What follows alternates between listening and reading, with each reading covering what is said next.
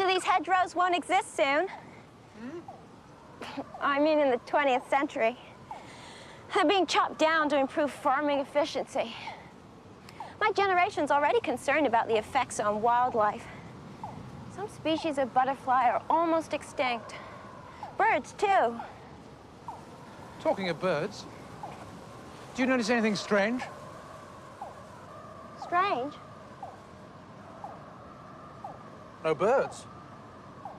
Well, maybe it's the scarecrow. They're not usually this effective. Well, if the place gives you the creeps, let's get out of it.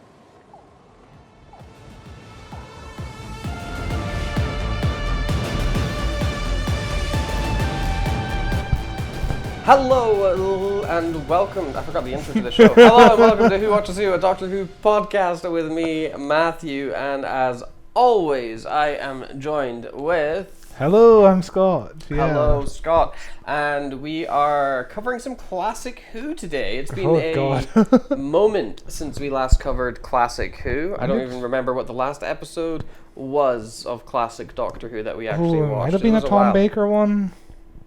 Was it Pyramids of Mars? It's been a possibly, but that was like a long time ago. It's been a because we had the new season of Doctor lifetime. Who and stuff.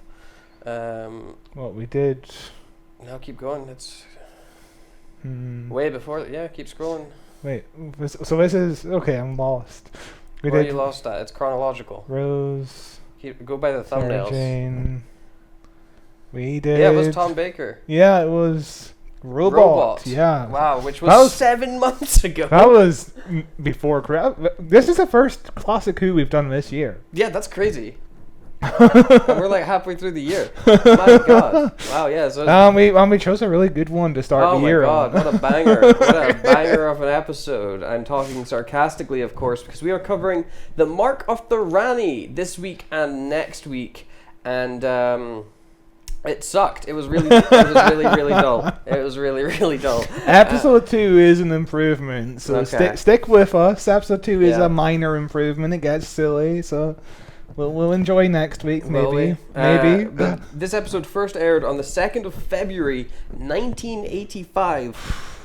Lovely 40 years, 6 months, and 4 days ago at the time of recording. It was a wonderful Saturday that this episode aired on, and a couple things of note happened on this day.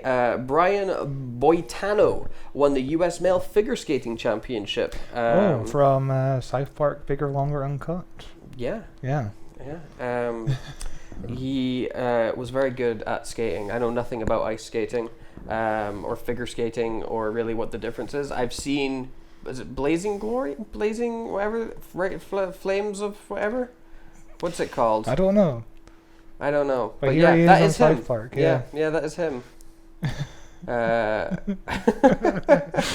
Excellent. But the other bit of interesting news that happened on this day revolves kind of connects into the new Naked Gun movie. Ooh. In that it connects to the old Naked Gun movie. Okay. In that it's about O.J. Simpson. O.J. Simpson marries his second wife, Nicole Brown, who he would then allegedly murder, definitely murder, in 1994. So this was his wedding day. Yeah, I've been watching the Naked Gun movies, and the last Naked Gun 3 released 3 months before the car.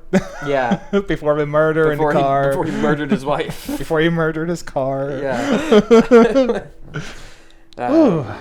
It's insane. It's gonna be like the most like prolific murder case where everyone's like he did it and he gets it away absolutely with it. is. Yeah. I mean, he gets arrested for trying tax avoidance, isn't it? He gets arrested for trying to steal shit from a museum that's it was his, but it was like a museum. It's been a while since I've looked into this, but yeah. Recently dead, which is a good thing. Yeah, very recently dead. Insane that he was alive. Remember when he got out and was back on Twitter briefly? Yeah. And he was just playing golf. The best part about the Naked Gun movies is he's always the victim of like whatever violence is happening. Yeah. In the first movie, he's in a coma most of the movie. Second movie, he gets hit by cars. I think he does not to give the murderous man too much credit, I think he's got some good physical acting chops. He does, yes. Physical comedy acting. I guess it does help from him being a footballer. Yeah, he's used to throwing himself around. Yeah. The worst Simpson? After Homer, Maggie, Marge, Abe. Easily the worst Simpson, right? Yeah, probably. I can't think of another one that's as bad. I'm sure there was somebody. But number one in the US and the UK box office, I will give you a clue. It is the same movie. Okay, so it's the same movie. So I was going into this thinking that the movie might have been a holdover from 1984, because we used to get movies really late most of the time. Yeah. But it's the same movie. It is the same movie. I'm gonna guess it's a romantic movie because it is coming up to Valentine's Day. It is not a romantic movie. Fuck. It is the highest grossing movie of 1985. 1985.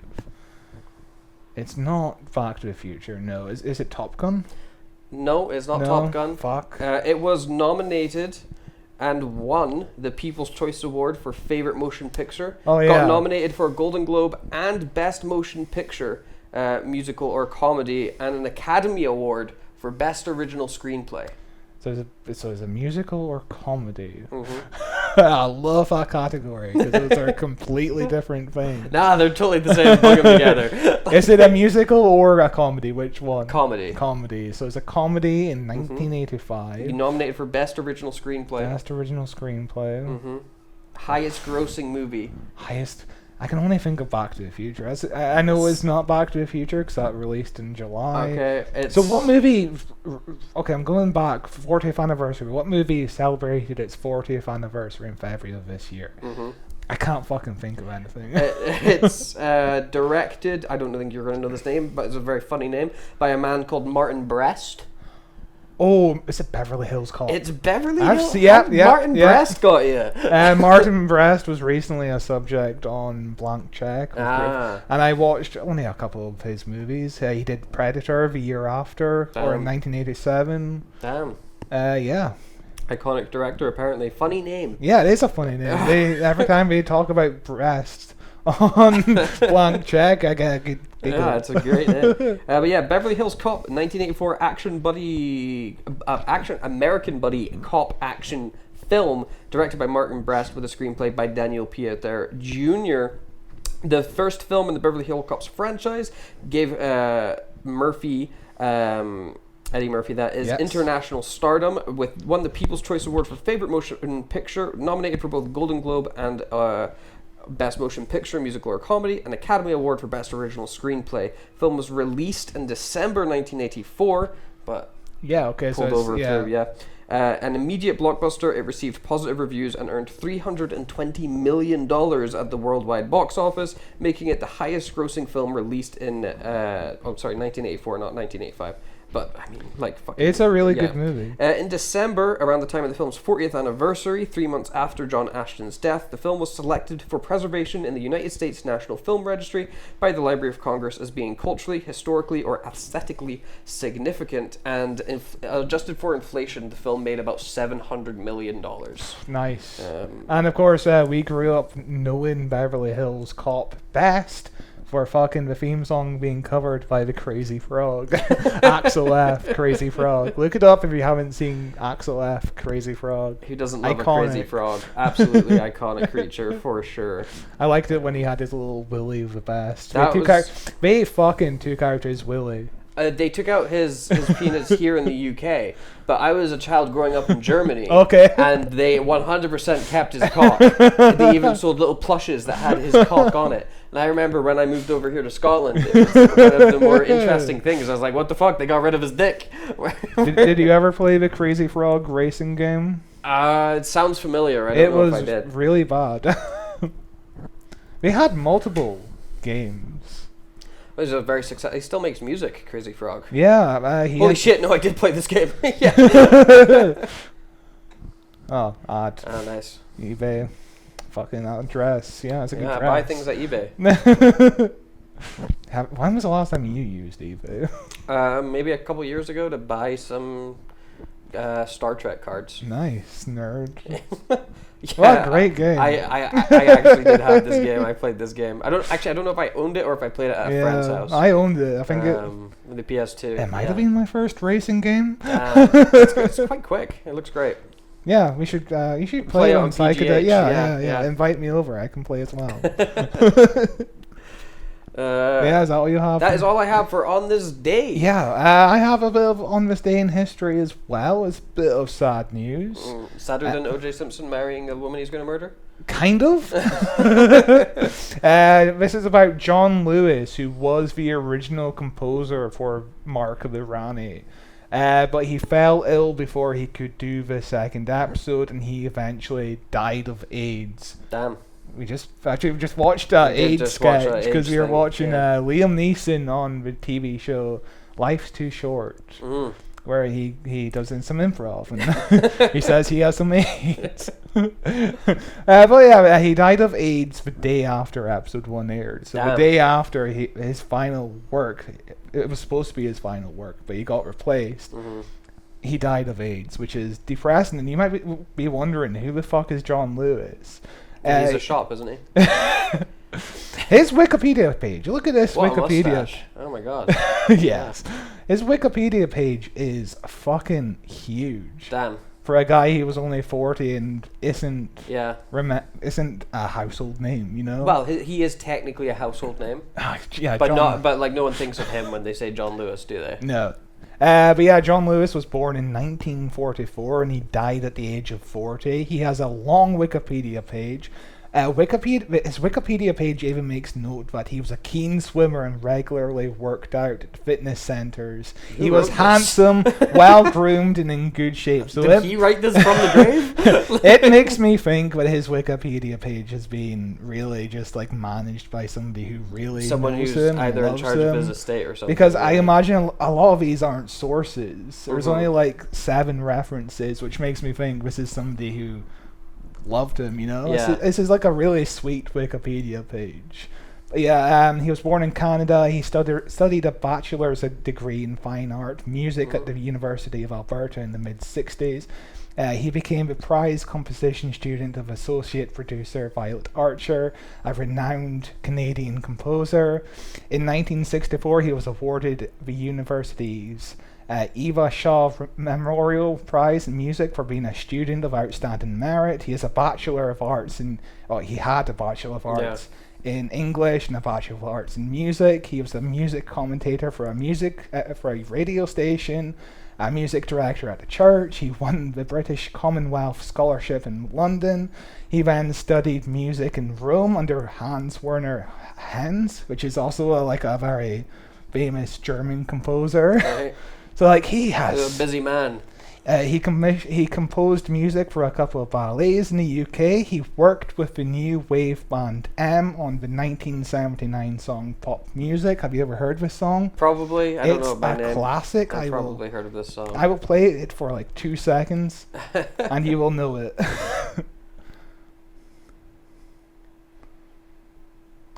Did somebody say just eat? Yes, you know the Just Eating jingle from the grave. Yeah, okay. Yeah, so he wrote a very famous song that I listen to all the time. It's a great song.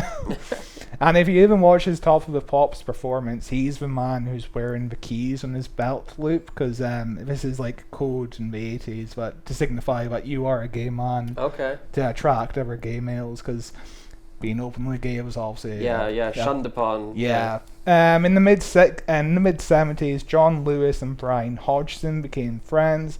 Brian Hodgson obviously worked at the BBC Radiophonic Workshop. He was the original creator of the sound effects for the TARDIS and also the Dalek voices. So this is a big part of Doctor Who history here.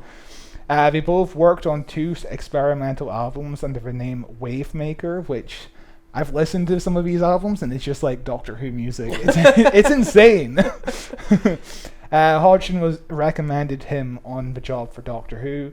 which is unusual for a freelancer to do music for Doctor Who, because usually it came from within the BBC radiophonic workshop. Lewis had started work on it, done most of the work on episode 1, about half an hour I think it is, but sadly obviously he died, or got really ill before he was able to complete it. And the DVD even contains the alternative soundtrack, which is really nice for his final work to be preserved like that. It's the joy of the DVDs and the Blu-rays and stuff, you know, just all that it really content saved. Like, obviously I go through the DVDs for this podcast, and like there's so much on these DVDs, but it's just unbelievable. There's so many documentaries, infotext, commentaries. It's great stuff. Yeah. And then obviously around this time also, it's relevant to the episode, is the miners' strike that started in March 1984 and ended in March 1985. So it ended a month after this episode aired. And obviously that's a big thing in the 80s, which is, I don't think we think about it too much. No, because I mean, like, you know, we've lived in a time where there's been no mines basically in the UK at all. But yeah, this was a turning point in British history as miners left for pits to fight the attempt of the Thatcher government to close the mines, break the miners' unions and the labour movement in general. The full force of the police, the courts and the media were mobilised to defeat the miners. It resulted in pit closures, job losses, foreign coal imports, political unrest, major decline in union influence in British politics. It was 6 deaths, over 100 injuries, 11,000 arrests, 200 people detained and 8,000 people charged. So obviously when this episode of Doctor Who aired, people were thinking of what was going on in the news. Yeah. I don't know. I mean, it's a different life. It's a completely different life for sure. And, you know, Margaret Thatcher, this is one of the, like, her closing the mines and stuff like that. That is the thing that people hate her for. That is why people are like, Margaret Thatcher is the shit that she did with the mines and just destroying basically the entire economy of north of England, and throwing those people into poverty for decades and stuff, in an attempt to, you know, keep power in London, keep power in the south.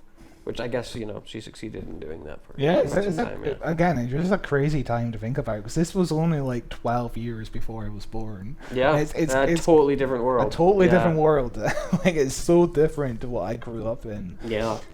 When Jane Baker, who was one of the writers of this episode, went to see her GP a few weeks after the episode aired, he told her that he was convinced that they based Rani on Margaret Thatcher. Which I can see, I can understand why, kind of, but... She's got the same, like, big hair. Yeah, but the same amount of evilness. But the Bakers said that they weren't even thinking of Thatcher. It was complete coincidence. Sure, yeah. Well, of course they would say that. Yeah. Because they don't want to have the show be controversial. Yeah. You know, and get in trouble. You know, this is still very much the BBC having to be the BBC. Yeah. You know, like they can't outright be like, we've made an anti-government piece of TV here. They would get in so much shit in 1985. You know, they're gonna be like, no, I don't know what you're talking about, and like the episode could have a "fuck Margaret Thatcher" sign in it. You know. Yeah. This episode has a lot of location work. About 50% of this episode was shot on location, and 50% was shot on video in studio. This is more location work than usual because of a scheduling mistake at the BBC. They booked an entire film crew for a week with nothing to use them for. So Doctor Who wound up getting this team of crew for free, which is kind of insane. Yeah. They wound up getting a day or two less of studio time, though, to kind of like balance the budget a little bit. It was shot in Bliss Hill Open Air Museum in Ironbridge, a reconstructed mining village that opened in 1973, and I think it's still open to this day, so we can go. Yeah. Let's go now. I thought it looked cool on camera. It was one of the things when they were walking around that location. I was like, this is a nice, like, little village. It makes it look... It feels authentic. It feels like authentic. It feels like they are where they should be, you know? Doesn't feel like they're on a set. Because the most boring thing about classic Doctor Who is all of the you're in a studio work. Yeah, you're just in a studio, you're in a set. It doesn't look realistic. Yeah. They looked at many living museums, but none of them had everything they needed in the script except for Bliss Hills. And, if they used multiple locations, that means there's heaps of time traveling between the different locations. One location, perfect. This story is set in 1815, but Bliss Hills is recreated in a late 19th and 20th century town. So it's like a 50 years difference, 80 years difference, something like that. Yeah, okay. So they had to mask modern windows and hide more modern sheet metal and stuff like that. And they added things like gates and built 100 feet of railway tracks. But yeah, again, it looks authentic. It does look. I know nothing about the time period. Yeah. So they could have included that stuff and I wouldn't have known better. Big dummy, The Bakers had to alter some of the script. Multiple scenes involved people moving coal on overhead tracks, for example. The writers of this episode was Pip and Jane Baker, and the director was Sarah Helens. We will talk about them a little bit more next episodes, just to balance out the run times. Because otherwise this episode would go on forever. Of course, the big guest star of this episode is Kate O'Mara, who plays with Rani, who is the highlight of the episode, I must say. Yeah. She is great. She's pretty good for sure. Her introduction in the episode I think is a bit strange. With the master just showing up and being like, "Oh, you're the Rani. I know who you are." Or where she's in old lady makeup and she talks to the camera and says, "Hello, I am mysterious. Have you ever heard of a TARDIS before?" But Kate O'Mara had been a guest on shows like Adam Adamant, It Lives, the Avengers, not the superhero Avengers, but the spy Avengers, the UK Avengers. She was in a soap opera called Weaver's Green as well. In 1970, Kate and Colin Baker were in a play together. One of Colin's first jobs was an understudy on this play. He had never seen the play and had only learned the lines without rehearsing the play. And then one night he was told, "You have to get on stage. The actor is very ill." So obviously that's a tough thing to do without seeing the play or rehearsing properly. Just knowing the lines. So he was absolutely terrified, and Kate O'Mara said she thought that the young man would go far. If he had to get through that, he can get through everything. So that's Kate O'Mara being very lovely to Colin Baker. Which not a lot of people are. Yeah. They also worked on a sci-fi show together called Dawn Quake.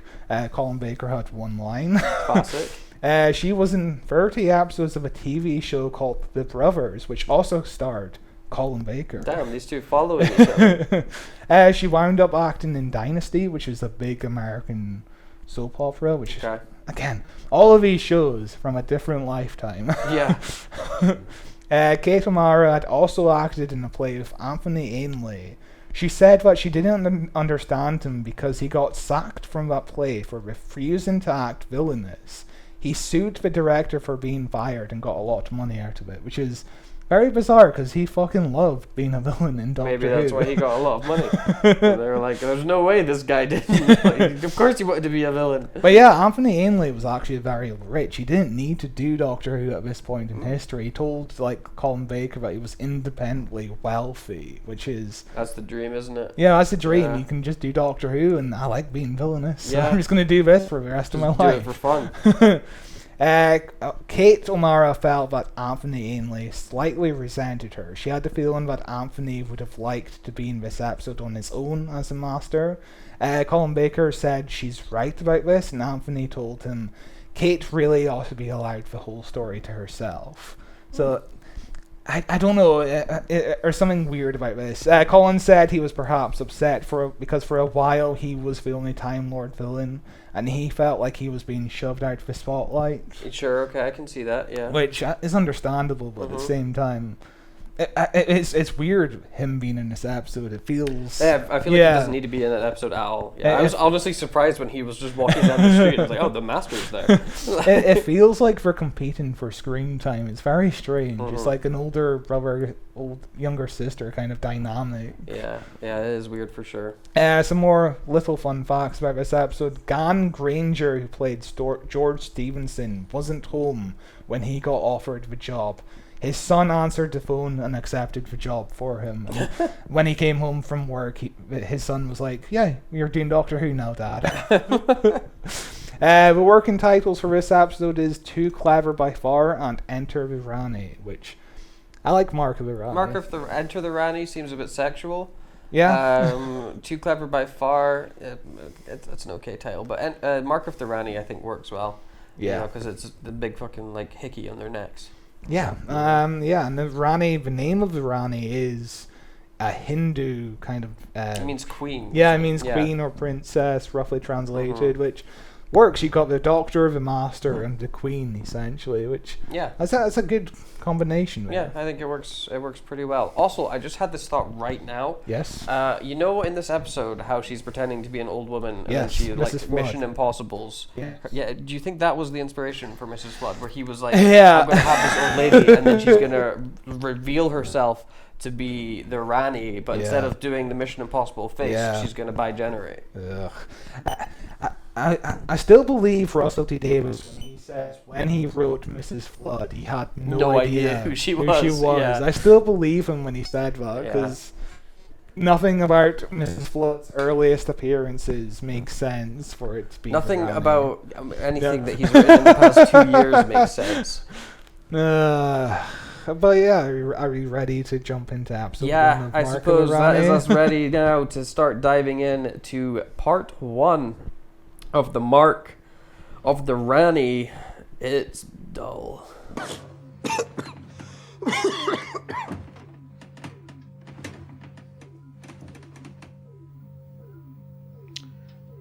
Well, well, well. The Rani.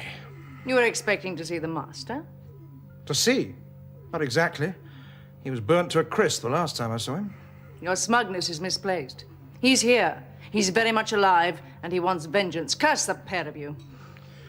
Well, since we're insulting each other, I can't say I care much for your taste in clothes. Doesn't do a thing for you. Your regeneration's not too attractive either. But at least I can change my appearance. You're stuck with what you've got. Our face is of no importance. Brain regeneration is what I need. I should have been able to pin this one down to you. Personality changes, probably due to an imbalance in body chemicals. Yes, you're the obvious culprit. Well, you had me fooled, if that's any consolation. It isn't. You'd have been discovered eventually, you know, even without my intervention. I never have. Oh? Well, this isn't your first visit? I've been coming to this wretched planet for centuries. Without being discovered? Well, I'm impressed. You're obviously a brilliant tactician as well as a brilliant chemist. Oh, it isn't difficult. These humans you so admire are a feckless lot, always in disarray. The Trojan Wars, the Dark Ages, the American War of Independence. And now the Luddite riots. Perfect cover. Cover, yes. But for what? I think I've got it. You're extracting a chemical from the brain. The result is the victims become violent, aggressive, can't rest. That's it. The chemical that promotes sleep. I begin to understand why the Master finds you such a menace. Oh, where is the idiot? I take it you're referring to the Master.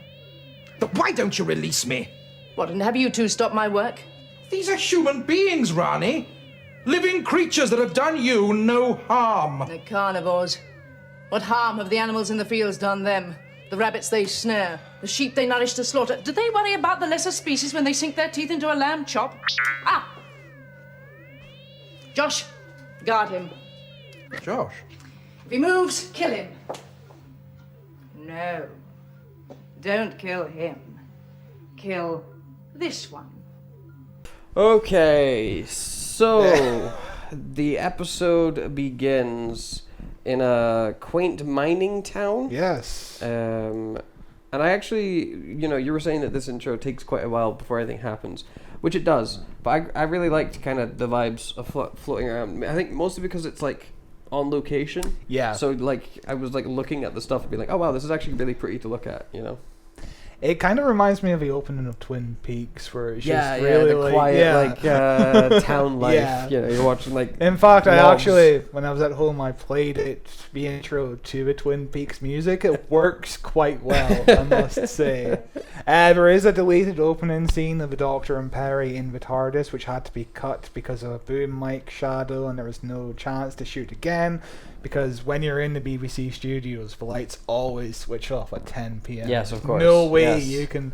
Actually, you'd have to ask everyone in the room if they wanted to work past 10 p.m. And if one person said, "I don't want to do overtime," that means the entire production has to shut down. That's how every job should be. Every job should be like that. Do you want to work longer? No.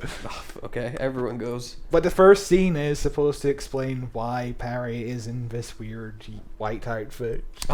She has weird outfits this entire show. Like, she poor Nicola Bryant just never has any luck with her outfits. In The Two Doctors, which is the story after this, she's wearing that like weird tinfoil outfit. But she said she felt like a rotisserie chicken just cooking in the Spain sun.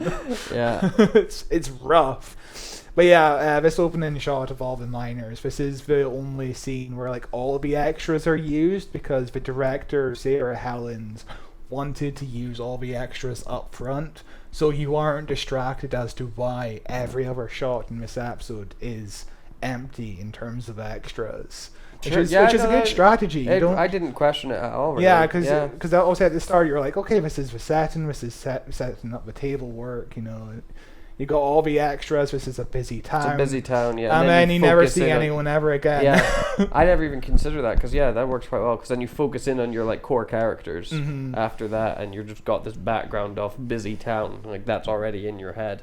You know, that's quite effective. But yeah, we see Rani disguised as an old lady because she loves disguising herself as an old lady for whatever she does, reason.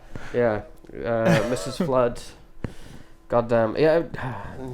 Don't like yeah, every time there's one point where she almost looks at the camera and I'm like, don't you fucking dare break that fourth wall.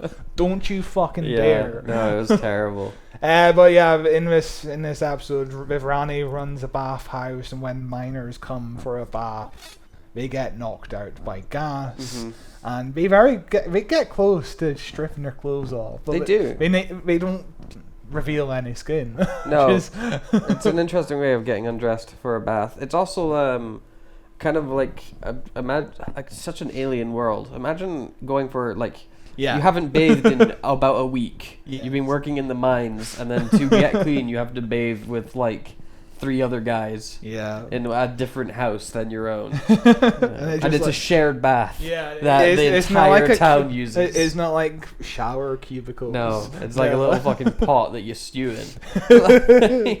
It's like a old Bugs Bunny cartoon where he's just in the stew cooking himself. Yeah. But yeah, one of the miners say they don't have the strength to lift a Toby, which is talking about drinking beer. That's what the cups. This is. The cup. Oh, nice. This is a Toby cup. That looks great. I want one. I'd like a beer right now. That'd be nice. They've made Doctor Who Toby cups. Where it's a Dalek or something? Yeah, no, it's every face of TARDIS. Doctor Who head cups. It's like all the faces of the actors. Oh, right, yeah. It's kind of weird. You're like drinking Colin Baker's brain. Yes. Just his decapitated head. But yeah, we cut to the TARDIS, where we find out the TARDIS is being maneuvered off course, and we get funny humor from Colin Baker. He just yells at her. Yeah, that's his gimmick. Oh my god, yeah, he just yells all the time. Whenever she opens her mouth, is just shut up, stop asking questions, do what I say, you suck. It's like I get why people didn't really connect with the Colin Baker Doctor. And this is kind of Colin Baker at his softest. I think he preferred to be written by the 2 Bakers because they softened the character slightly. And this is still kind of the rough. He's still harsh, version, he's still pretty tough. He's still pretty mean. But yeah, the Doctor winds up making fun of Americans because he's like, I don't know what's happening. To use your vernacular, I don't have a clue. There's a lot of making fun of Americans. That's okay. I'm okay with that. Especially nowadays. I think Americans deserve it. Especially in the 80s as well, when Ronald Reagan is president. Yeah, they just don't learn. They just don't learn. Never learn. No. Maybe don't elect a celebrity president. But that's the most American thing possible, is a celebrity president. Like, that is America. I can't believe Back to the Future 2. they predicted. Yeah, I can Biff believe Tannen. it. Yeah, because Biff Tannen is a Trump parody. And Biff Tannen is essentially president in the future. It's too bad that we live in that timeline, not the timeline where he doesn't become president. You know. But yeah, they realized there's a time machine on Earth nearby, etc., etc. We're back to the bathhouse now. We see the mark of the Rani on an unconscious man, which in the original cut, it was supposed to be like a swirling, glowing kind of mark. But in the final version, it's just a big spot. Yeah, it's just a big spot. You can imagine. Hickey. It's like a big hickey. You can imagine they just took like a bingo stamper and just did it on everyone's neck. Yeah. It looks like that. It does. It doesn't look. It's not great looking. Yeah, no, it's just a big mark right there in the neck. But we're in the woods now. The Doctor has a tracking device. Nowadays, it would just be the sonic screwdriver doing. Oh yeah. Oh, it's over this way. I like the fact that Colin Baker has made this device. Well, not Colin Baker, but the Sixth Doctor. I like the Doctor inventing shit. That's always fun. It's what we said about Jodie. Yeah. Kind of wish they leaned into the inventor aspect. Her first episode where she's got putting on the goggles and she's making a sonic screwdriver. That's great, and it's never utilized again. Never does anything like that again. Make the Doctor a tinkerer. Yeah. We're back at the bathhouse where the men are just whipping each other, and then they go outside and kick a wee boy. Oi, potato man! Which, that's what boys do. If you're a girl, this is what boys actually do in their free time. Make potatoes. We kick little boys on the street. Mm-hmm. We whip each other with towels. Yeah, that's what Kyle. That's what Matthew and I are gonna do after we record this. Not anymore. He's Kyle. Cheap. What else is there? Perry is really into the environment. She's like looking around, being like, "This is going to be all changed." Really interesting, I think, about this scene here of Perry walking around, being like, "Oh, they're tearing all this down, and in my time, we're worried about the loss of butterflies and the impact on the environment and stuff." If you took that exact dialogue and put it into today's episode, this episode's too preachy. This episode's too on the nose. This episode's message is too woke. Yeah, it's insane. It's like the show hasn't changed, No, it really hasn't. Maybe the messaging would be a bit more obvious nowadays. Like, it wouldn't just be a little speech at the start. It would be like... It would be the Doctor turning to the camera being like, okay, environmentalism is bad. That's what happened in the Orphan 55 episode. Yeah. Where at the end of the episode, she basically gives a lecture in the TARDIS, which is still weird. I don't hate Orphan 55 as much as other people do. I remember Orphan 55 being particularly bad. We'll have to cover it someday. Yeah. It's been a while since we've done a Jodie episode. It's been so long since we've done a Jodie episode, I'm almost nostalgic for Jodie episodes, where the Doctor who's been so bad, I'm like, take me back to the really bad. Maybe we should do Flux again. Oh god, I love it. I love Flux. Should we do Flux again after we do the Sea Devils? It could be worth a revisit. Yeah. It was probably the most ambitious Doctor Who thing we've had in forever. And we enjoyed most of it as it was coming out. I've seen it 3 times. I love it.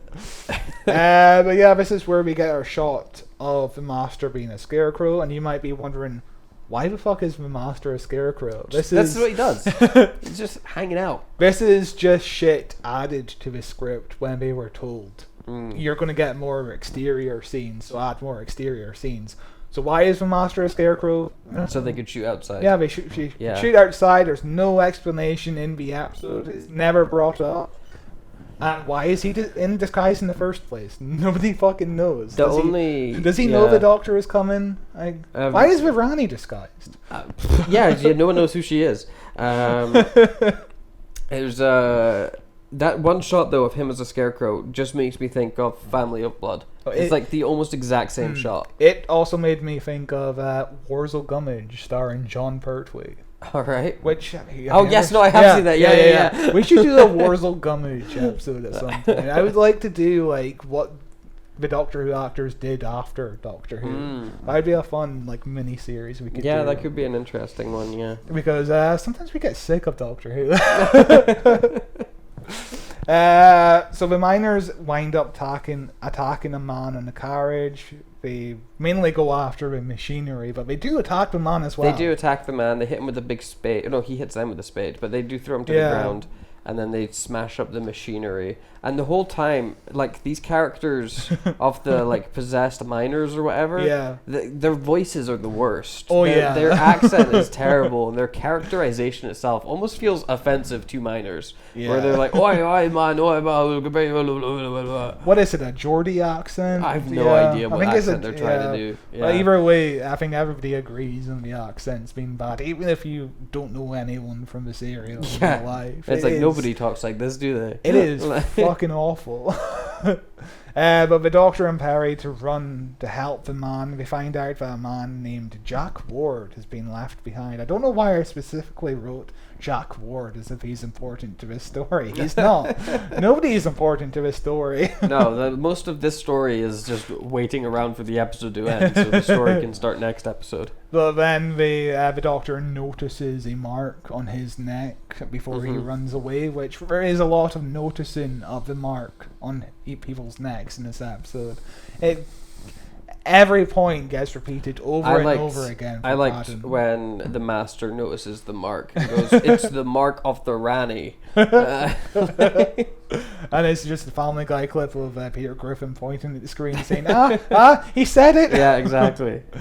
So Perry says so much for playing Good Samaritan, which is a biblical reference. And if I were to write down all of the references to literature in this story, there's too many. Really? And I don't know any story that they're referencing, because it's, I presume, this is Jane and Pip Baker. They're in their 60s, I guess? Sure, so 50s? it'd be like old-timey novels. Yeah, so it'd be like novels from they learnt from school from the late 1800s that we just never were brought up on. Yeah, and I bet they're really boring. This is also where the man tells him that George Stevenson isn't going to be happy because his device was on the carriage. And also the horse is going absolutely mental in the background. Just stomping the ground. Yeah. But yeah, this is where you're like, who's George Stevenson? And I'm like, the guy who did the railway. I wrote down stuff. I don't even care. He did. I don't even care about the historical figure in this episode. Honestly, he helped the Industrial Revolution, as the Doctor says. Yeah, he's one of the leading figures. He invented an early version of the steam-powered train. He called it the rocket. Hell yeah! I love people who are into rockets. Yeah, especially going real rockets and putting them onto Mars. I really love those kind of men. You love men. No. But yeah, I love Elon Musk. Right. That's where I'm getting. Someone had to. And I was about to say, I'm glad Doctor Who has never made an Elon Musk reference, which they actually have. They definitely have, because in the Nikola Tesla episode, Graham's like, Tesla? Isn't that the car? But that's like classic Chibnall making like really weird like pop culture references that are like 5 years out of date. I'm glad they never brought in Elon Musk as a guest. Oh my god, I bet they talked about it. Yeah. I bet they definitely talked about it.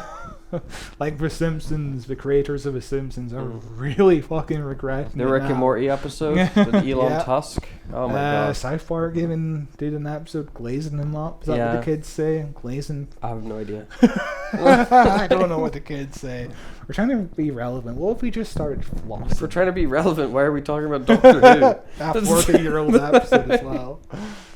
But the Master walks into the village. He takes off his scarecrow outfit, and I don't think either of us realized. I did not notice that he was taking off a scarecrow outfit at all. I didn't realize he was the scarecrow. I just thought it was a cool shot. And they're like, oh yeah, Scarecrow's watching them, and it's ominous. Yeah, but we never bring up why he's the scarecrow again. It's just very hanging strange. Out. He's just hanging out. It's what he likes to do. Would that be a kink to be a scarecrow just to stand there? To stand there. Yeah, that's I guess that would be a kink. I bet you it is a kink. I bet you somebody does that. Because people do have frozen statues kinks where they like their partner to be perfectly still and covered in like gold paint or silver paint or just be a statue. Yeah, whatever helps. Who am I to judge? We live in a strange world. People are people, aren't they? But yeah, in the village, we basically pass by the Rani, the device goes mental, and Kate O'Mara on the commentary says that when she was dressed as an old lady and I'm quoting her here, "Nobody recognized me and treated me appallingly. And then the moment I changed into my leather gear as the Rani, I was surrounded by men who couldn't do enough for me." And I thought, yeah, there's a moral to this. But Yeah. I guess people on set were really into a powerful woman in leather gear. Yeah, and they didn't. That's another fetish. Yeah. Oh yeah. That's a more common fetish. Yes. And they didn't care about the old lady extra. That's just hanging around. Like apparently she was really cold. Nobody offered her a coat because this was filmed in like October, late October. And nobody offered her a chair or anything, so she's just standing there in the cold, being ignored. Goddamn. But yeah, the Doctor and Perry run off to find Stevenson because they repeat over and over again, "We need to find Stevenson. We need to find Stevenson." We do need to find him, and they spend the first half of the episode doing that. Yeah. It's and then when they do find him, it's pretty boring. It is, yes. George Stevenson, even in part 2, isn't really a character in this story. Yeah, he's just kind of there. He's just kind of an afterthought. But anyway, Rani has more victims now coming into her bathhouse, which, again, we need to see this process over and over again. This is... Sure, yeah, we got 40 minutes to fill. this is the classic Doctor Who method of padding. Really, like, reiterate the point over and over and over again. It's...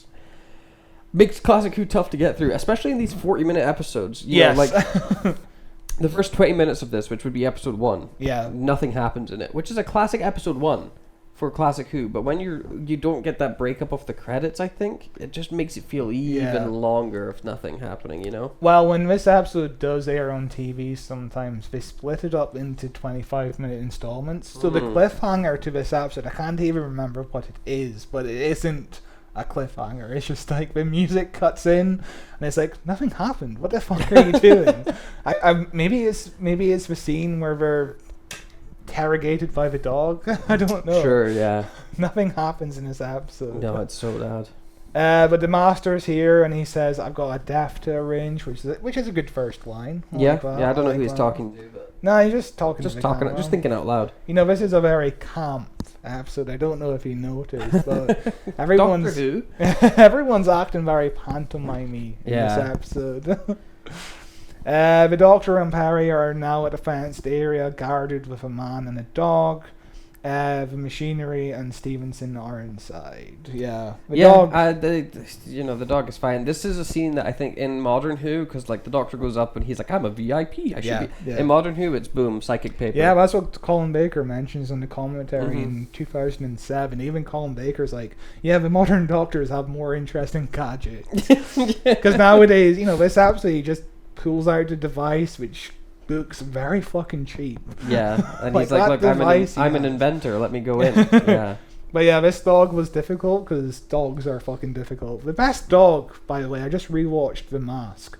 The dog in The Mask, the dog actor, is fucking amazing.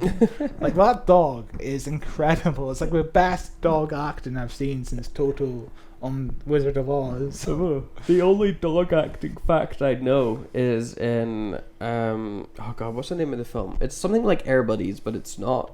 It's like one of those type movies. Yeah. Where at the end of the credits, they didn't write "No animals were harmed" in this production because 12 dogs died. Milo and Otis? No, it wasn't. No, it was a different one. As another movie where dogs and cats were. Yeah, they made a bunch of sequels to it, but yeah, a bunch of dogs died in production, so they couldn't say no animals were harmed at the end. It's a family film. It's fucked.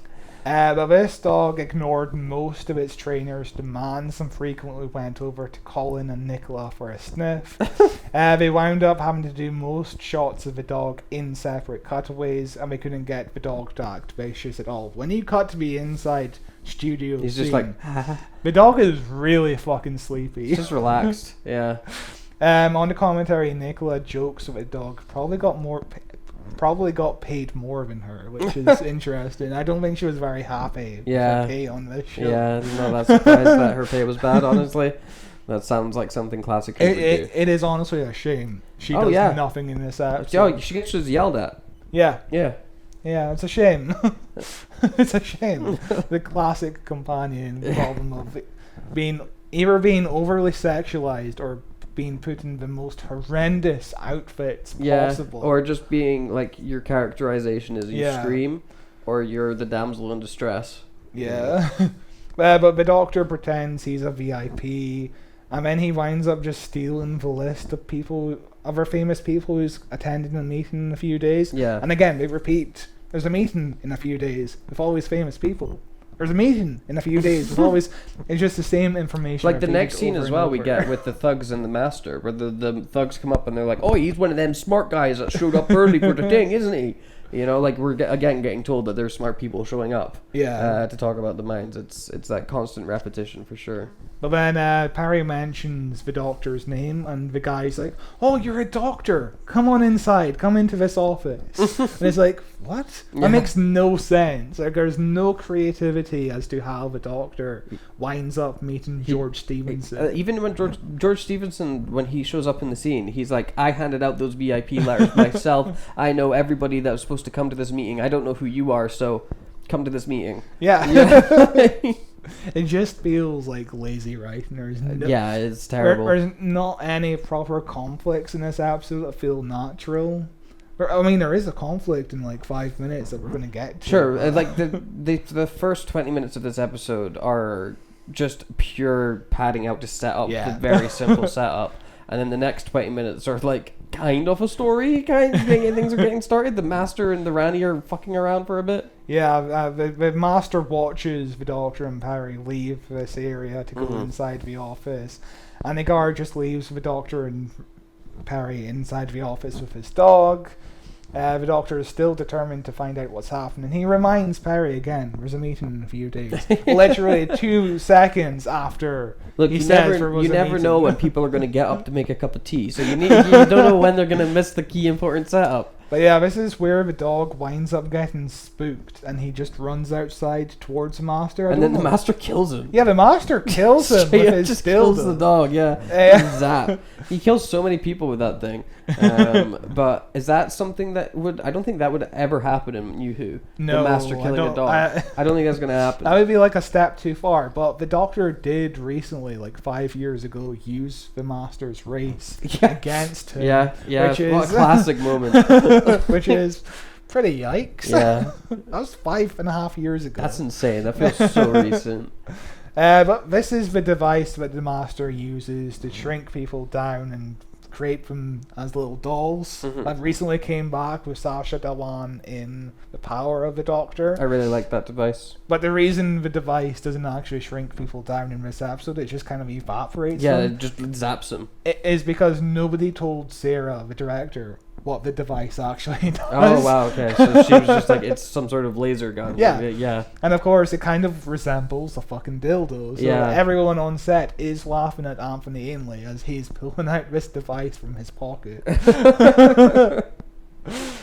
But yeah, this is where Parry realizes the dog has stopped barking, and the Doctor holds his device to his ear, and he's like, no, the device is still working, it's still beeping away, which is a funny little line. It reminds me of when Mickey has potentially died in Rose, and the Doctor's like, okay, what's going on here? And Rose is like, you forgot Mickey died. You forgot him again.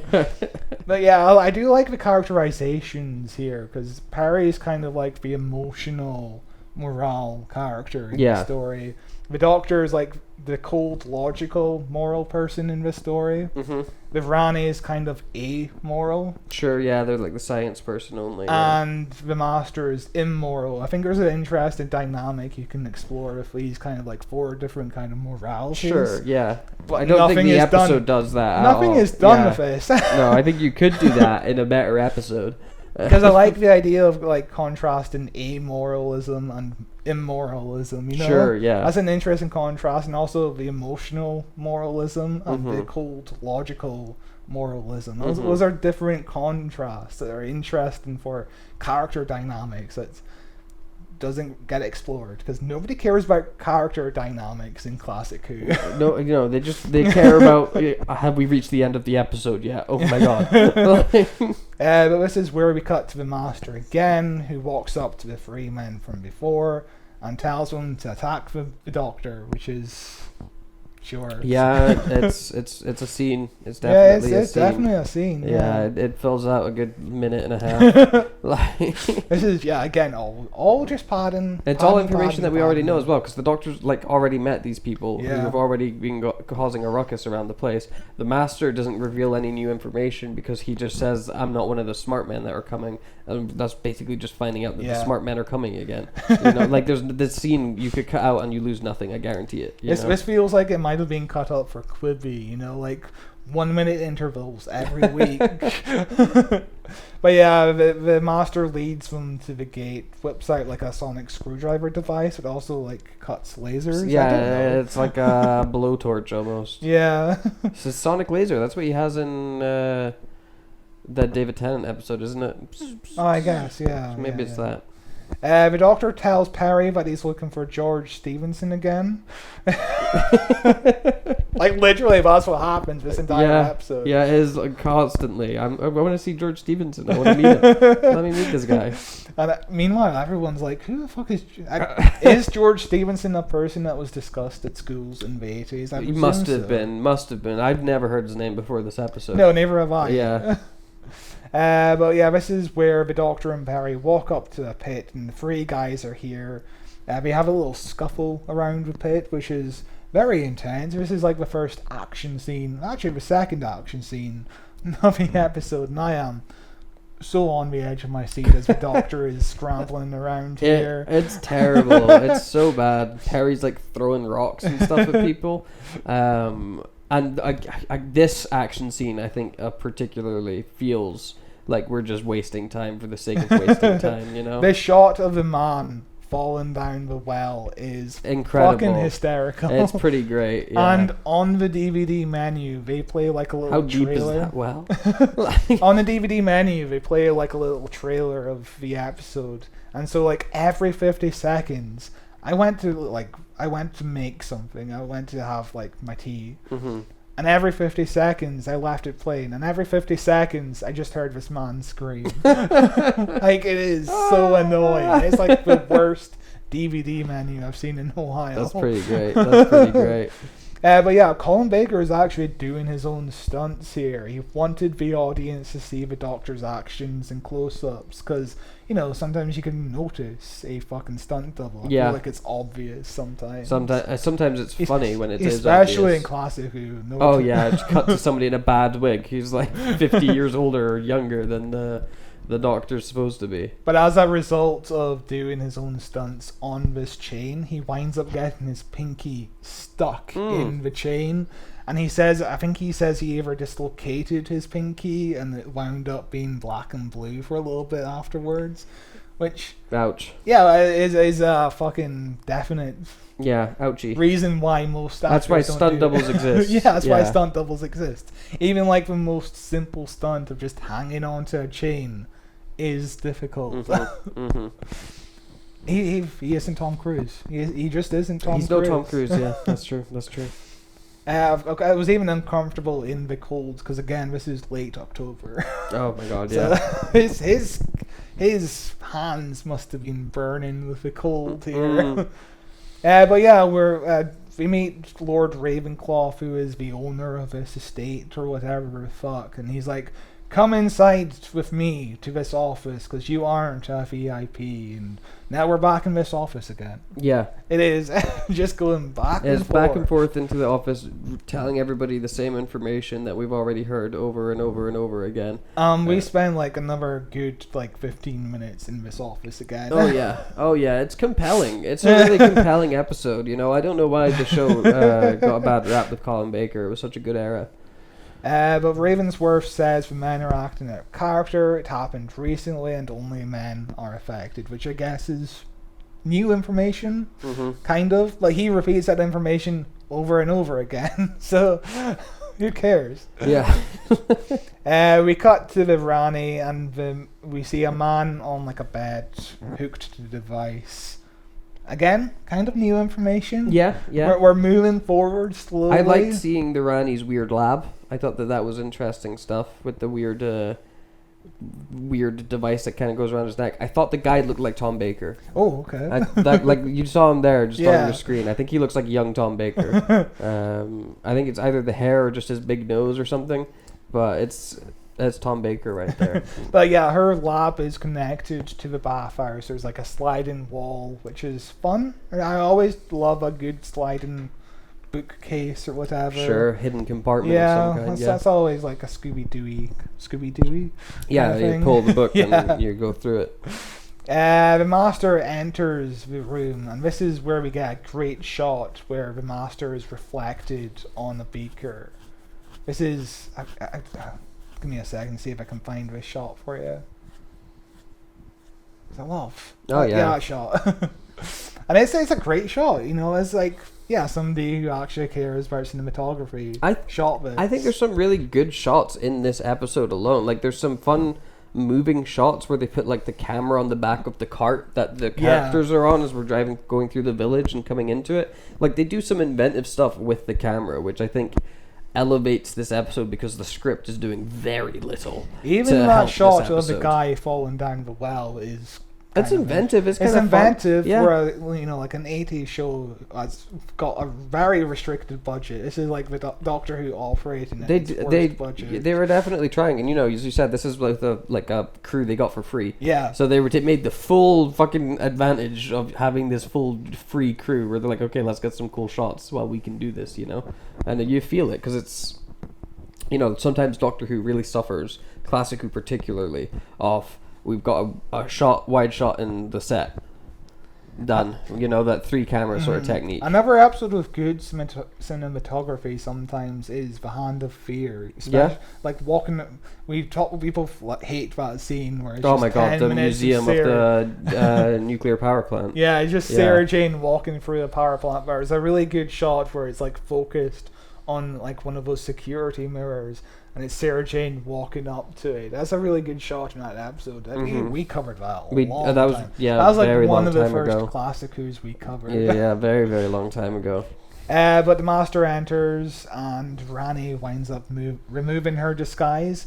And for this disguise, she wore a latex mask only for this one shot to take it off. So she stood there for maybe like half an hour while the mask is constructed around her face. She's feeling very claustrophobic. Only for this one shot where she's taking off the mask. That's insane. They'll just get like a shit Halloween mask. What a waste of time for this one shot. Yeah. But yeah, the Master was last seen in the Planet of Fire where he dies. That's why the characters are all like, I thought you died. Yeah. I don't know how the Rani knows.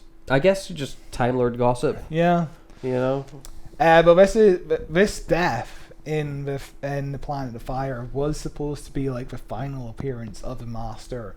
Anthony's contract expired, but John Nathan Turner kept on getting like dozens of letters every single week saying, when is the Master returning? When is the Master returning?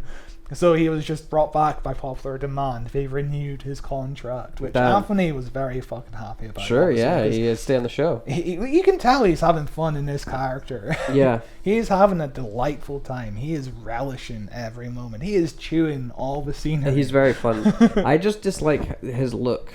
You just make him look like he just looks like the first Master. Yeah, the problem is that he looks like Roger Delgado. Yes. His last appearance as a Master was in a video game. Alright. And he does get a different Doctor look. Who games are great. They're so Doctor Who games. It's a video game with, what are they called? FMVs? Okay, yeah, full motion video. Yeah, it's a full motion video where he does have a slightly different look because he is obviously older. Yeah, I like his collar. He almost looks like what's his name in the Doctor Who movie?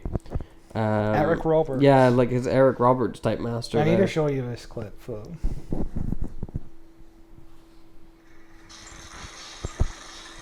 Oh my god.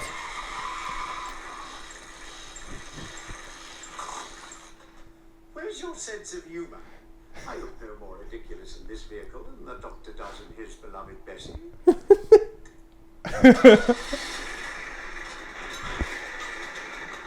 Get a move on, slow coach.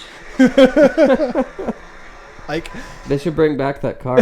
You can just tell he's having fun whenever he plays the character. Yeah. Like, it's so tragic he died so young. And I don't know how old he was, but he died in 2003, right as the show was about to be renewed. Damn. Yeah, it's tragic. How old was he? I'm going to look this up. Actually, no, he was quite 71. old. 71. Yeah. 71. That's cool. Yeah, you know. Yeah, not too bad. Yeah, Good run. it's a decent enough run for somebody that was born in 1932. Jesus Christ. You know? That's insane. But yeah. The Rani basically wants absolutely nothing to do with the Master and the Doctor. She's kind of annoyed this entire episode that they're both here to disrupt her plans. Yeah. Because she doesn't want to do it for the Doctor. The Master wants the Doctor's attention at every single moment. Like, that's what the power of the Doctor really got into. The Master is just jealous of the Doctor. I kind of love the Master wants to be the Doctor. Yeah. You know? And, like, that is what they do in the power of the Doctor. Which, again, I wish it was utilized a little bit more of, like, a Freaky Friday situation where Jodie plays the Master, but... Hey, it was still fun. It was an interesting idea. It was still fun. I wonder when we're going to bring back the Master, though. Because he's a tooth. He's a tooth. Yeah. I don't, dumb. You picked up that tooth? Was it the Fuck Rani? knows. Yeah. A hand picked up that tooth. Is that a plot line that's ever going to get resolved? I think the Master's just going to come back and they're not going to talk about it. The Master's going to come back and he's going to be a giant baby for some reason. Giant CGI monster. I am the Master. But yeah, we're back in Ravensworth's office at this point, and two women are crying because their husbands have gone My missing. husband's gone. Yeah. Oh, you wouldn't do that, my husband's. Which these two ladies and this baby come in for like one scene that's just nothing. I think the idea is maybe to humanize some of the people that are like brainwashed, so that you're like, okay, these guys aren't normally villainous. They actually have families and stuff, and this is the work of the Rani messing them up. But I feel like that's also already been established when we see them go into the bathhouse and get gassed, and then come out being like, "Oh, I want to break up on you, blah, blah, blah." You know. Yeah, I just don't care about any of the miners, really. I don't care about miners in real life, so... Wow. I care about... I'm minorist? I care about miners in Minecraft. That's let's make a Minecraft reference to be relevant to the kids. I am Steve. Jockey. I really liked the Minecraft movie, unironically. I saw it while high. I thought it was very funny. I had a blast. I had an absolute blast watching it. I can't believe that's like the highest grossing movie of the year. I can believe it. Until Avatar comes out. I'm fucking so hyped for Avatar, man. I'm okay with Avatar. I love Avatar. Are you going to see it in IMAX? That is a traveling distance. To Glasgow. Yeah, and also it's around Christmas time. Yeah, I might just see it in the Cineworld. Yeah, but we need an IMAX. It's a shame. There's the cinema. This is just Aberdeen talk, but the cinema at the beach. They have some really old screens there, but they have a really fucking fuck off big screen. Yeah, it's a shit ton of seats. I saw Revenge of the Sith there. It was insanely big. I was like, this is the biggest screen I've been in ages. You could easily turn that into an IMAX, and I don't know why they haven't. They've got the space for it at that cinema down there. I like the screens at the View. The view's good. Are nice and big, but again, we just need an IMAX screen. We need something interesting going on. It's a shame. I think it would also revitalize the beach cinema if they stuck an IMAX down there, because there's no reason to go there other than to actually see a limited release movie. Because my first IMAX movie was with you, seeing Oppenheimer. Oh, really? Yeah. Nice. That was a fun experience. That was a good time. It was a banging time. But yeah, we cut back to the Rani and the Master now. The Master has killed Rani's assistant, and she puts worms in the mouth of an unconscious man. His eyes glow. Apparently these were like real maggots, and the maggots kept on escaping the casing. And obviously when you're putting it in the mouth, that's not a real maggot in that scene. It's just like blue tack, I think. Okay. Like he keeps in his mouth and doesn't swallow, but it's still... It's still not great. I don't want blue tack in my mouth. But yeah, the actor had to do several takes of just like maggots crawling around on the floor. And apparently he was very fine with it. He was very professional, which again, being an extra on Doctor Who must be tough, especially if you're in an outfit or something like that. Yeah, some uncomfortable thing you're left sitting around for all day. Apparently people are rude to you. Yeah. And then the Rani, for some reason, is like, okay, Master, maybe I'll use one of these maggots on you, and she hands him. She gives him all of them, yeah. And then he's like, awesome, I'm going to take these. And she's like, no, I didn't want you to take them. And he's like, but you gave them to me. There's so many times where she just reveals her evil plan, and then the Master uses her. Or when she accidentally gives up the vial because she's holding it like that. Mm-hmm. Yeah. And the Master just The Master's just like, all right. And it's like, Rani, you're smart. You're a scientist. Like, yeah, there's a difference between I guess book smart and street smart. Yeah, like the Master's got street smarts. The Rani is book smart. But we find out the Time Lords exiled the Rani at this point, and that's because I think it's expanded media where we find out that the Rani did experiments on rats or mice. Okay. And one of the mice ate the president's cat and also took a bite out of the president's leg. Okay. So she got exiled for that reason. That's pretty funny. It is pretty funny. Yeah. I need to broaden my horizons. I don't know. There's Doctor too Who. much. There's too many things. Like just even like not including Doctor Who. Like you could spend, we've said before, like on the podcast, if the only thing you consumed your entire life is Doctor Who media, you'd still barely make a fucking dent in it. Yeah, but this is where we cut back to the Doctor and Perry's like, can't we just leave? But yeah, this is where the Rani says the aggression is an unfortunate side effect. She needs a chemical from the human brain, etc. The Master wants the Rani to destroy the Doctor and take over the human race, which is... They talk about... His plan in this episode is very non-descriptive. He's just like winging it, I think. He stumbled into the Rani doing something else. But like the Rani's plan, they talk about like she's like the queen of some planet and has like complete rule over all these aliens. Yeah. And it's like, oh, why don't we get to see that? Yeah. Why can't we see that? That sounds awesome. Because the Master also says that he dropped off on this planet before coming to Earth. And he's like, oh, it's chaos, complete mayhem. And I'm like, can't we fucking see that? Yeah. I presume either Big Finish or I'm sure it's been covered a Virgin somewhere. novel. Yeah, comic.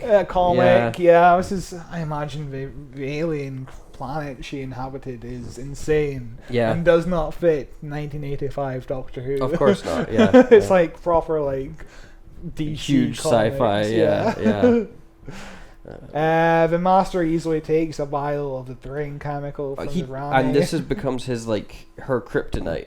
Because every single problem that she tries to outsmart him with, he's like, I'll smash it. And she's like, we'll do what you say. I'm going to kill you, Master. I'll smash the vial. Fuck, god damn it. Do this, I don't want to. I'll smash the vial. Fuck, you got me. It's weird because the Master's like, there's not an awful lot, not vial. And the Rani's like, oh, I can only take a certain amount from a human brain. That's why I've had so many victims, etc. So there's only like a little bit of amount, like a one-person amount in there. And she's so delicate about this one-person little amount of vial. And it's hard to get. It's hard to get. There's nobody around except for all the people that's around. like people use. It's a bit Sweeney Todd this episode, using the bathhouse as a dumping as a way to grab people. Yeah. The Bakers were actually inspired by a neurochemical friend of theirs. Apparently, at a party, their neurochemical friend was like having a discussion with another intellectual friend about human beings are just chemicals. Sure. And their friend was like, but what about the soul? Okay. And they were inspired to write the Rani based on the person who said the humans are all just chemicals. Sure, okay. Just that purely scientific perspective. Yeah. Which I guess is true. Yeah. But also, what about the soul? What about the soul? What about the soul? They loved researching for their stories, so they would read a ton of journals about sleep inducement and drugs, and I presume they also read a lot about George Stevenson, the mining colonies at the time, and all the other famous people that keep getting mentioned in this episode. And Like, that's a lot of research for characters. It's who a lot don't of really do anything. a lot of research for characters that don't really do anything, and for an episode that doesn't really present any information interestingly. You know. So Rani increased we're back to the alien planet. We're talking about the alien planet here. So she increased their awareness on the alien planet, but they became difficult to control because she also lowered the ability to sleep. Bunch of insomniacs. Yeah. So now she's collecting the chemicals from these humans to bring them to this planet, which seems like a lot of fucking extra work. It seems like a lot of work just for find sure. Just find another planet. She's super smart. Could she not take the chemical from like one person, then synthesize it, and then just mass produce it from a synthetic scale? Does it need to be organic each time she takes it? I don't think so. How many aliens on this planet are there? Exactly, yeah. Like, for this little a whole amount. planet, yeah. And how long would it last? In the brain, I presume it would. She's dumb. She's dumb. Well, I mean, yeah. I mean, that's the downside. It's this classic meme on like Reddit and stuff. You know, the downside of writing a genius character is they're only as smart as the writer. Yeah. But the Master and the Rani use the scanner here to locate the Doctor and the miners. We cut back to the Doctor looking at miners' necks. As in actual like miners, you know, coal mining people, not like children's necks. That'd be weird. Yeah, that scene's also pointless. Yeah, he's like, "Oh, you guys don't have the mark. Yeah. Okay, bye." Like, all right, why are we seeing this? Let's go back inside. Yeah, the Doctor steps outside to look at their necks, goes back inside. It's just constant back and forth. Just a waste of time, is what it is. It's brutal. But you can imagine that scene being an interior scene to begin with, and then suddenly, oh shit, we can write this outside. And yeah, we might as well have this outside while we're here. Yeah. The Master goes off to find the Rani's minions. He steals the brain fluid again. The Rani tries to use a capsule on the Master before he leaves. Yeah. I don't understand this scene because she's got a whole thing of capsules. And she's chasing after the Master, telling him to wait. And then the Master catches her off guard. Yeah. And then there's a scene where he's like, what are these capsules for? And she's like, oh, I need to use them because I can't stand the Earth's atmosphere or something. Yeah. But she never uses them, so that's obviously a lie. But what was her purpose? And maybe they cover it in episode 2. Who knows? Maybe they do. Maybe they do. Maybe. This episode 1 made me sleep. Oh, this I was fell a dull. asleep watching it. I was really struggling to keep my attention. My phone was just like way more interesting than this episode was. Like, it's a bit ironic that she's taken people's ability to sleep because she did the opposite to me. Like, yeah, put you right to sleep. Yeah. So we cut back to the Doctor where he's repeating the whole thing again, where he's like, oh, and he was normal this morning until the mark appeared on his neck, and suddenly now he's violent. This whole thing gets repeated over and over again. And then this is where the scene where he finally realizes that the bathhouse is involved. So he goes about half an hour in, and the Doctor's like, okay, shit's going down at the bathhouse. Yes. The area I just passed like half an hour ago.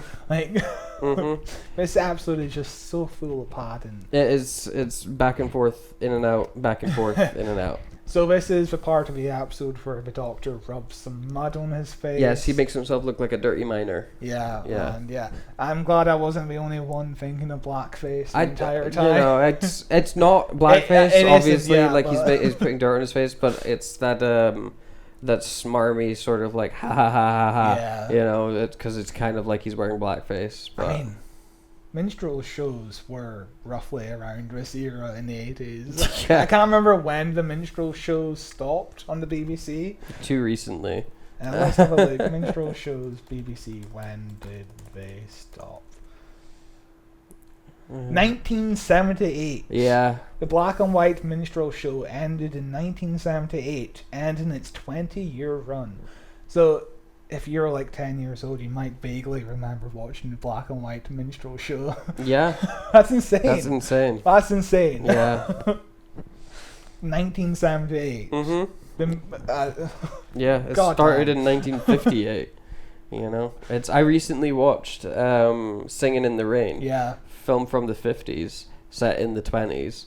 And as I was watching it, I was like, it's remarkable thinking about how different the world was when they made this film. There is not a single black person in that film, and I guarantee there was not a single black person on the production crew of that film. It was insane. I mean, it's insane how much things have changed in 60 years, and sometimes not for the better. You know, you think it's changed for the better, but I don't know. I would say that it has changed for the better in terms of race relations. Yeah, sure, but it's still not good. Sure. Yeah, but so Colin Baker rubbing the dirt on his face. The props department laid down a bit of. It's not earth, but it's like earth-like substance, a bit that he can use in his face, so he's not muddying up his face. Okay. So they go for lunch after the props department guy puts that down on the ground. If they return like 20 minutes later, Colin Baker rubs the dirt on his face. Oh shit, I have shit on my face. Colin Baker, a dog must have shot on the ground. Oh my god. So Colin Baker is rubbing shit over his face. And the camera guys, I guess they were playing a joke on him. That's a classic joke. Because they're like, you have to keep this on your face for continuity. And Colin Baker says he stood there for about 5 to 10 minutes with dog poop on his face. Oh my god. Which, having your lead actor have dog poop on your face for that long, like, think about the eye infection he could have fucking gotten. That's just grim. That's just grim. As your lead actor, and that's just the health and safety standards in the 1980s, I guess. Yeah, that's too funny. Insane. It's just too poop is funny, you know? But obviously in the final cut, they obviously retook the scene. They did a retake because but you can't air fucking shit on his face on TV, can you? I wonder if it was a black dog from earlier. Yeah, that's what I was thinking. I was like, there's a dog on this set, so it would make sense, you know? But it is like a functioning, like, living museum, so maybe somebody did have like a dog. Maybe, but I imagine it's a closed set if they're filming. Maybe. Who knows? Who knows? Either way, Colin Baker had dog shit on his face. What a nightmare. So this is where the master enters the mines. He's looking for the miners again, and we're back to the situation where he just wants the miners to fucking kill the doctor, because we're just repeating the same things over and over again. Rani is control the miners to attack the master at this point, but she suddenly realizes, oh shit. Oh wait, he's still got the vial that he used earlier on me, And then she calls off the attack, and it's like, what is the point of this scene? Later on, the master takes out a little diagram of the TARDIS, and he's like, destroy this TARDIS. Yeah. Destroy this machine. That's what killed your friend. Or something. Yeah, destroy this machine and it'll upset the guy that killed your friend or whatever the fuck, It's dumb. And this is the point where the Rani is watching the master on her little device, like a little television, basically. And she's like, what's he up to now? No doubt something devious and overcomplicated. He'd get dizzy walking in a straight line. Cut forward to the Rani 40 years later. She disguises herself as the next door neighbor to two of the Doctor's companions so that she can eventually steal or use the Vindicator device once it has enough readings on it, so she can go back in time and collect a wish baby. Yes. And then go forwards in time and use the conspiracy theory man that she kidnapped to read the baby a story to create these wishes of an alternate reality where people are meant to doubt this reality over and over again. And once everyone has doubted this reality enough, it will cause the fabric of this reality to split apart so they can go after Omega inside the middle of the Earth or Makes something. sense to me. Makes sense to me. That's just let's flawless. Am I logic. correct about this? Have I missed anything? I don't remember, honestly. That is overcomplicated. That's the perfect plan. The Rani talking about the Master's plan of going after the miners to attack the Doctor's TARDIS being overcomplicated is hilarious in hindsight compared to the Rani's plan of the whole Mrs. Flood arc. Yeah. Like, Mrs. Flood even had the overcomplicated plan of, I'm going to pretend to be Mrs. Flood to the point where I'm going to go into the hospital for my medication. I'm gonna Yeah, bump you're gonna into really live Belinda. this, really live this character that I've created. What the fuck? Yeah, it's was dumb. Russell D. David thinking? I don't think he David? was David. I don't think he was thinking. You know. Yeah, the Rani is just insane. Rani sadly never got a good episode. Between the mark of the Rani, time in the Rani, dimensions in time, and the reality war. Yeah. She has no good story. The Rani, as I said to you, the Rani is the sign that the show is dying. The Rani is the sign that the show is on its last legs. The Rani is the sign that, oh no, we've ran out of ideas. Because like 3 weeks after this episode airs, the show is announced to be going on a hiatus for like 18 months. And a few months after this reality we haven't war heard airs, a single thing. It's been like 9 weeks or something like that. Yeah, I've not heard a single rumor, a single leak, a single murmur about anything. You just constantly hear Billy Piper being like, okay, I was asked at the very last minute. I don't know what's going on either. Yeah, and do we even have a release date for War Between the Land and the Sea yet? The theory is it might air in September. All right, that's which will fucking... That's very soon. That's next month. It's annoying because we don't fucking know how to schedule this program anymore. Do you remember, this reminds me so much of the Chibnall era. Do you remember the marketing for his, where there was no marketing until the week before? Yeah. The week before it fucking aired. And then they were like, oh yeah, new Doctor Who, by the way. It's like, what the fuck? Do you remember with Flux, the first piece of marketing deleting was social media, the social media, and then it came back online with the whole Flux rebranding. Yeah.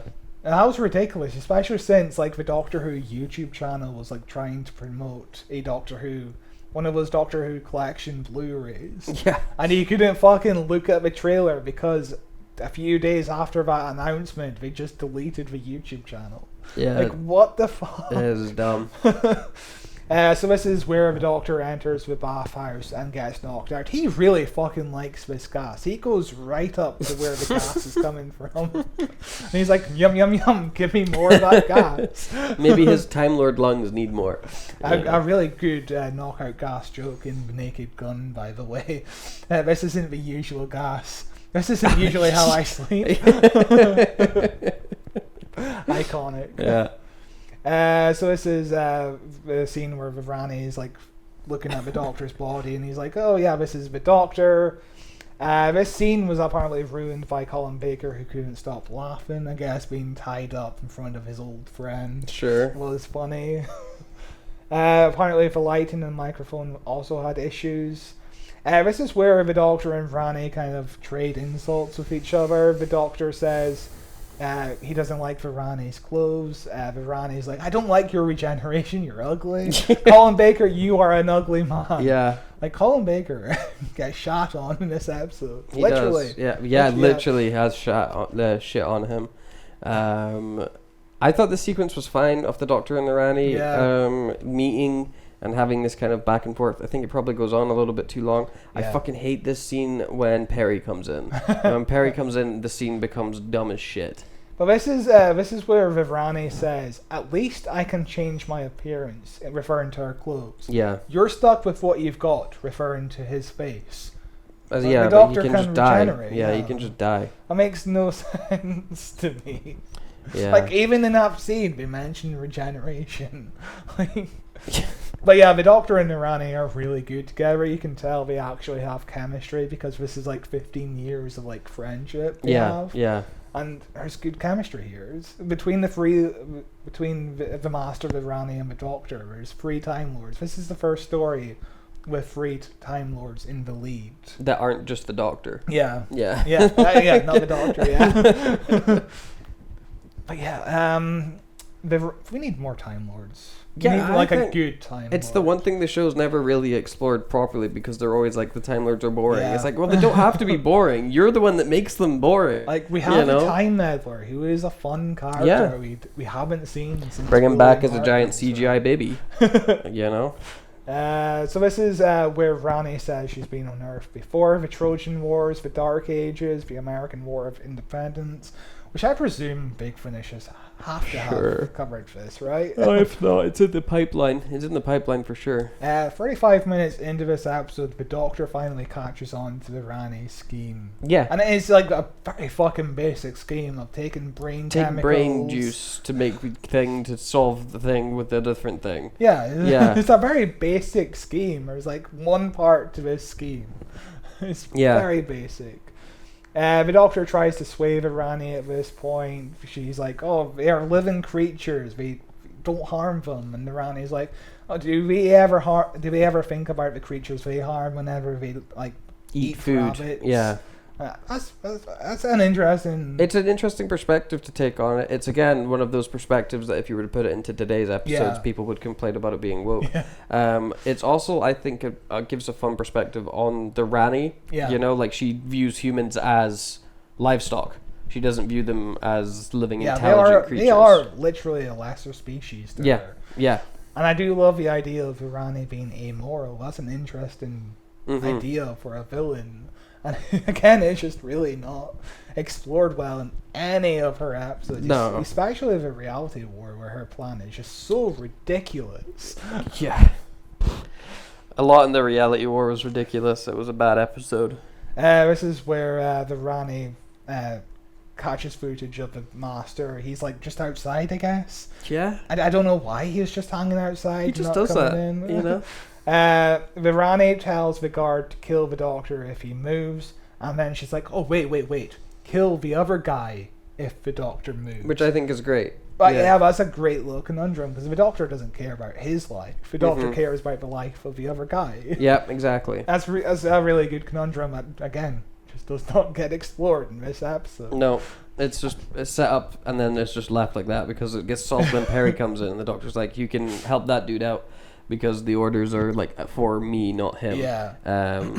And Perry is like, "What do you mean? What do I have to do right now? You want me to push this guy out of the room? Why?" Yeah, Perry comes sneaking in. She sneaks past the guard by not looking at him, because, you know, if you look at him, that's... If you can see them, they can see you, yeah. Yeah, but she's like, "I'm going to keep my back turned against this guy, so he can do anything to me. He can strangle me, he can stab me in the back." But yeah, this is where the Doctor's like, "Use some of your famous American initiative. Push." Just push. Just get this guy out of here. Get him outside where it's safer. And she just doesn't understand it. And it's like the one time where I feel like the Doctor is justified in being annoyed at Perry. But this is where the Master and the Rani return, because again, they were just outside. The Master chilling, is just in the backyard. I thought it was so funny that like Perry takes so long to figure out what's going on that the Master and the Rani just walk in and they're like, "Oh well, what are you doing?" Yeah, this is where, of course, the Master recognizes her from the Planet of Fire, her first ever story, and he says her full name. Miss Purpet Gilliam Brown. I forgot how ridiculous her fucking name is. Yeah, Jesus Christ.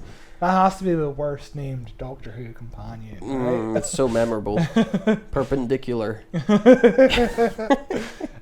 this is where we cut to the miners. They have the TARDIS. The original idea was for them to use the TARDIS as like a battering ram against the fence outside the Ravencroft, whatever they're called, to break into the facility and destroy the machinery. But they basically got notes from Eric Sayward, who was the script editor. He was like, "The TARDIS prop will not sustain being beat up like that.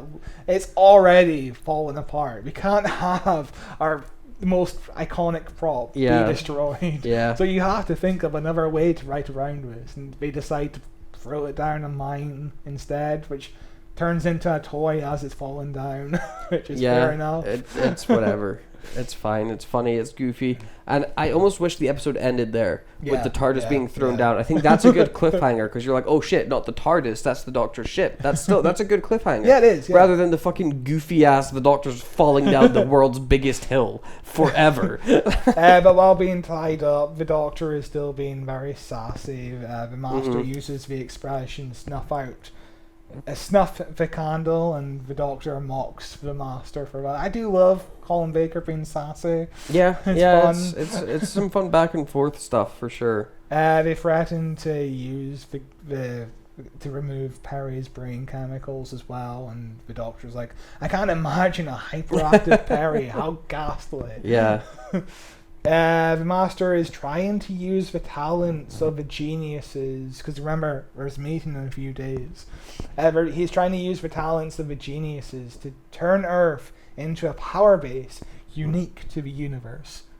What does that mean? Who knows? What does it mean? Who knows? It's just a bunch of words. Yeah, but this is the point of the episode where Rani turns on the TV and she's like, look at the TV, we have the TARDIS and we're about to throw it down the mine. Yeah. And the Doctor's like, oh, that's just an illusion, just a fucking... Yeah, it's a brain scan projection of what the person wants to see or something. Yeah. Bring me outside because we have more time on location this episode. And that's a really fun little thing from the Doctor, just pretending to hand wave off what's actually happening in the episode so he can escape. I guess that's I feel like that would be a fine start to the next episode. Yeah. You know? But, yeah, then he falls down a hill for ages, doesn't he? Yeah, Nicola Bryant struggles to push Colin Baker in a little cart. But yeah, this is where the TARDIS goes down the hole and the Doctor rolls down the hill. And literally, it's so silly. The shot of the Doctor going down that hill is literally all I remember from this episode. I first watched it like a decade ago when it was on the Horror Channel. Because they had it on that channel for a while. And that's literally all I remember from this episode. Terrifying. Which tells you a lot about how memorable this episode is. Yeah. I'm gonna go home in for half an hour. Yeah. And I'm going to forget all about this episode. Yeah. I mean, we just finished watching this episode. This is the second time I've watched this episode today. And I'm going to forget about this episode the second I stop recording this podcast. But yeah, part 1, not good. Stinker. It's so dull. Nothing fucking happens in it at all. The chemistry between the 3 main characters is good. Not counting Perry, because Perry does nothing. She's not really present. The 3 Time Lord characters have fun chemistry. Yeah. Whenever they're on screen together, there's some sizzle.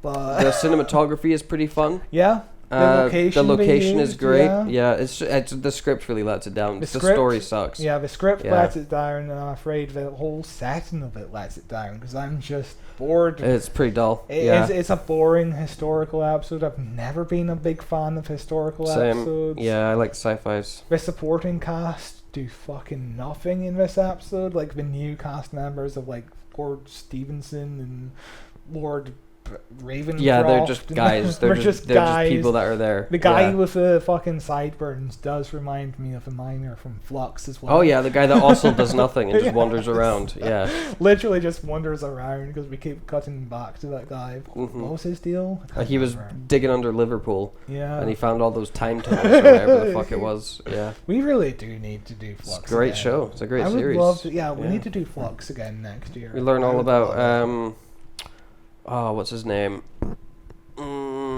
Swarm and Azure. Yeah. The Doctor's most iconic villains. Yeah. But yeah, this is... Episode 2, I will say, is better. It gets silly. Okay. You will not believe where it goes. You will not be able... I guarantee you will not be able to predict what happens in episode 2 based on what happened in episode 1. I honestly have no idea because nothing happens in episode 1. You will not believe what the Rani gets up to. Okay. I'm looking forward to finding that out. It gets really fucking silly. And we'll be back with part 2 in 2 weeks' time. Yes. I do believe. So keep an eye on the channel. Give it a subscribe, a like here at YouTube at Who Watches Who, a Doctor Who podcast. It's also available in audio form if that's how you prefer to listen to your podcasts everywhere you get podcasts in your audio choice, whatever the fuck you want to do. It's on Spotify, Apple Podcasts, all that shit, you know. Other than that, we got a bunch of other videos and other podcasts if you want to keep listening to us ramble. Thank you very much for watching, and we will see you in 2 weeks' time when we conclude the mark of the Rani. Bye. Bye-bye.